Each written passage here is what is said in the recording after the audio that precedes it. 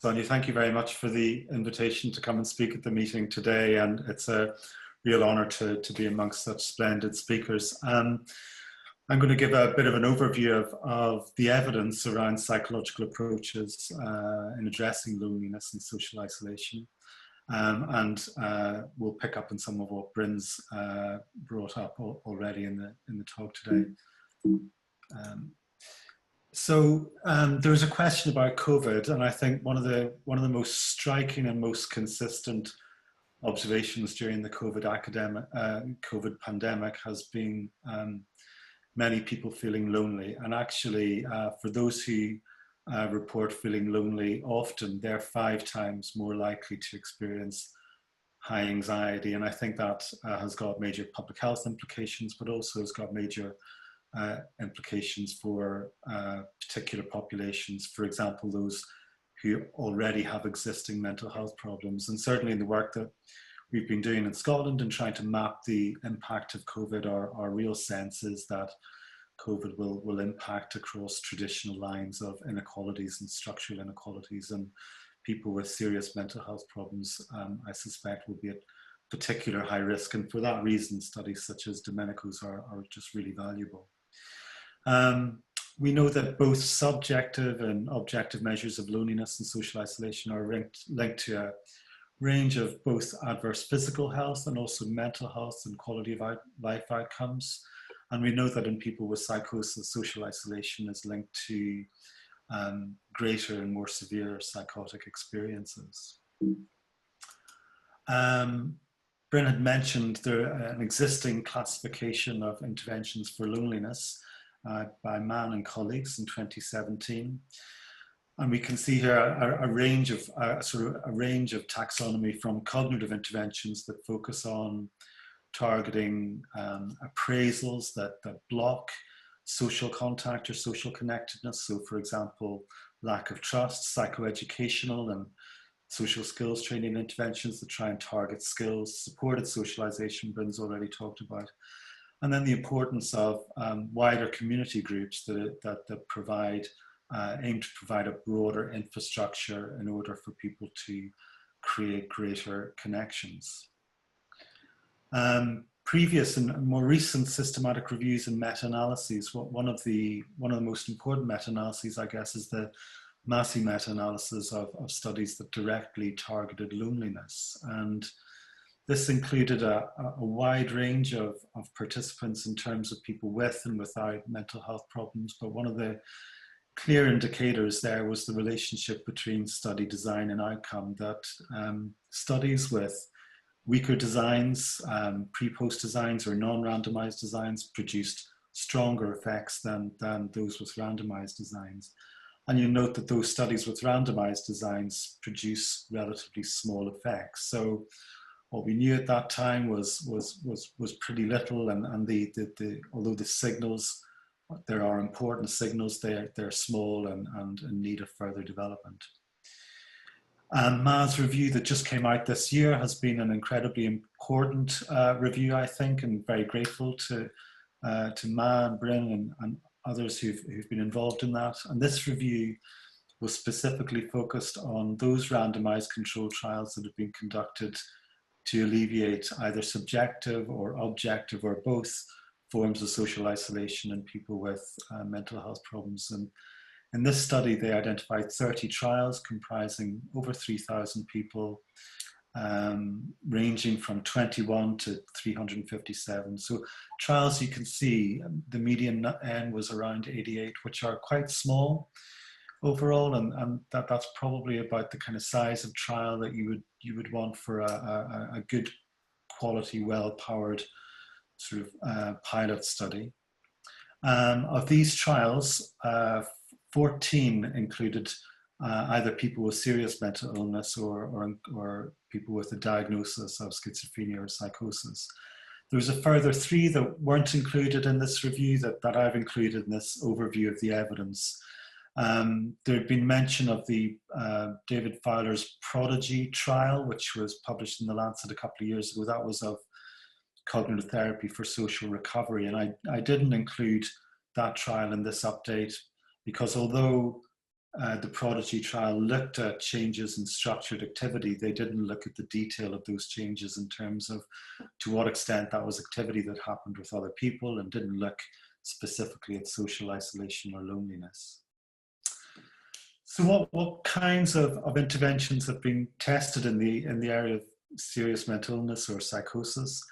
So 5 trials of psychoeducation comprising around 503 participants, supported socialization, 5 trials comprising 890 participants, 1 trial of a cognitive intervention, 1 small trial as you can see, and then there were 6 other trials that seemed to use a combination of interventions, usually where interventions have been delivered in combination with assertive community outreach or case management, and these comprised the largest number of participants in these studies. So you can see that studies that have focused really on cognitive mechanisms of change are relatively small overall. In terms of the synthesis of these studies, of these 17 trials, only 6 showed any significant effects, and these were in relation to social network, the number of social network contacts people reported having during the trial, their reports of social engagement, changes in network structure. So Terzian's trial found changes in size, belongingness and importance of networks. And in the small cognitive trial, changes in perceived support. And what really comes out strongly from these trials overall is that the quality of methodological evidence is pretty poor. Many of the trials are pretty old now. They were developed and implemented prior to recent advances in trial methodology, particularly the MRC complex interventions framework. Very few involved people with lived experience, either in the conduct of the trial or the development or the evaluation of the intervention. And also, I think across these trials, a lack of clarity, of the underlying theory and clarity of what the mechanisms were hypothesized and how these related to outcomes. So, for example, it was really good to hear when Domenico was talking about the SEEN trial, how he talked about can we improve the quality of life by by increasing social contacts. So very clear relationship between outcomes and mechanisms, and very few trials really were clear about that overall. There's a couple of some notable, really nice exceptions to these trials. The Boving trial was published in 2016, and this was a user-run and user-developed program where peer support workers and peers were involved in developing the content of the program, but also leading the delivery of the program, largely with people with lived experience, but also included mental health staff. And although they didn't find changes in loneliness or social isolation, they did see important changes in self-management and also later use of health services. Sonia Johnson trial, published in 2018, evaluated peer-supported self-management intervention to reduce rates of readmission. And again, in that study, very strong, very significant strengths in terms of lived experience involvement in the design and implementation of those interventions, and a very strong focus on self-management. But interestingly, although a strong focus on self-management, both those trials did not see significant effects on either loneliness or network size, although at 18 months there was a trend in Sonia's trial.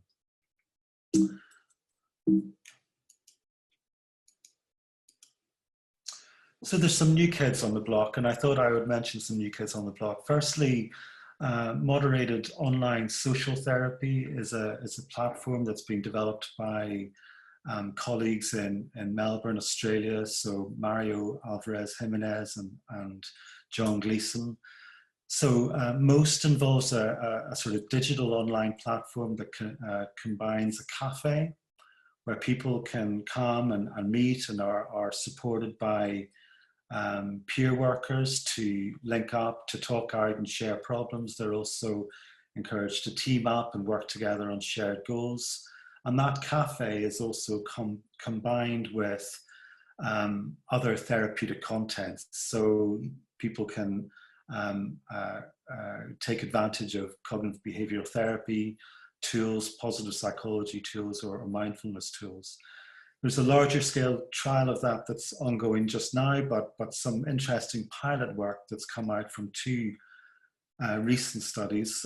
So Horizons USA demonstrated, this wasn't a randomized controlled trial, but a pre-post trial of feasibility and acceptability in 26 people with first episode psychosis. And they found important signals of feasibility, but also found important signals showing reduced loneliness after Horizons USA. Embrace was Carla McEnery, who this was with 10 young people with social anxiety and first episode psychosis. Again, the intervention was experienced as positive and safe, and really strong signals showing reduced loneliness. And there's some new positive psychology kits on the block as well. So Michelle Lim has run a couple of studies. The first here is a feasibility of a digital smartphone application called Connect Plus. And this has been tested in 12 people with early psychosis. And this is a strengths-based approach. So rather than sort of targeting those interventions that target maladaptive cognitions around trust or blocks to engagement, this is a strengths-focused approach that emphasizes interpersonal skills, emphasizes positive aspects of eliciting positive emotions or kindness or reciprocity from others. The interventions had strong user experience involvement and again sees clear signals for good feasibility, acceptability, and reduced loneliness. And similar intervention delivered on a group basis in 2019 with 6 people, again with early psychosis, shows very good signals for feasibility, acceptability, and loneliness. One minute, please. And one slide for 1 minute. So I think just some key messages. Loneliness, social isolation are major public health burdens and clinical priorities. And there's really an absence of strong evidence-based interventions for people with psychosis and complex mental health problems. Although very much looking forward to Domenico's work. I think the importance of the MRC complex interventions framework to guide the development of these interventions in terms of really working through theory and feasibility and piloting to developing towards main trials. And having greater clarity about the theory of those interventions and the relationship between causal mechanisms of those interventions proposed to target and the outcomes. And I think very importantly that sort of is the overarching sort of signal across those 3 areas is involving people with lived experience at all stages of trial development, including, importantly, intervention development and user experience to also trial outcomes and their evaluation. Thanks, Sonia. Brilliant, thank you very much. Okay, so here's an interesting question from the chat, or I suggest you look at the others too. Which do you find of these approaches that you've talked about the most exciting and promising and well-founded, do you think? Look, I think there's something really important about the setting that interventions take place, and I think we've seen this particularly during COVID, but also before COVID, is just the impact that structural inequalities have on people with psychosis, and I think there's an important role for interventions to help address some of those structural inequalities. So going beyond thinking about how we link and how we link people to existing networks and existing social assets that are available in the community.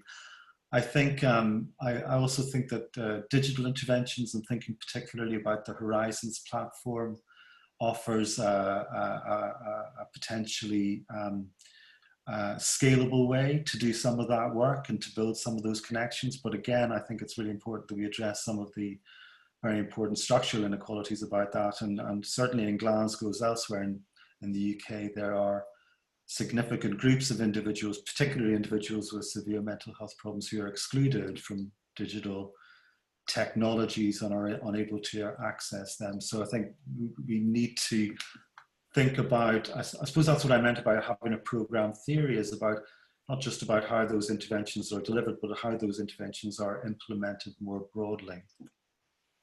Okay, thank you very much. And yeah, that issue of digital exclusion is obviously central, isn't it, to thinking about any implementation of these technological approaches.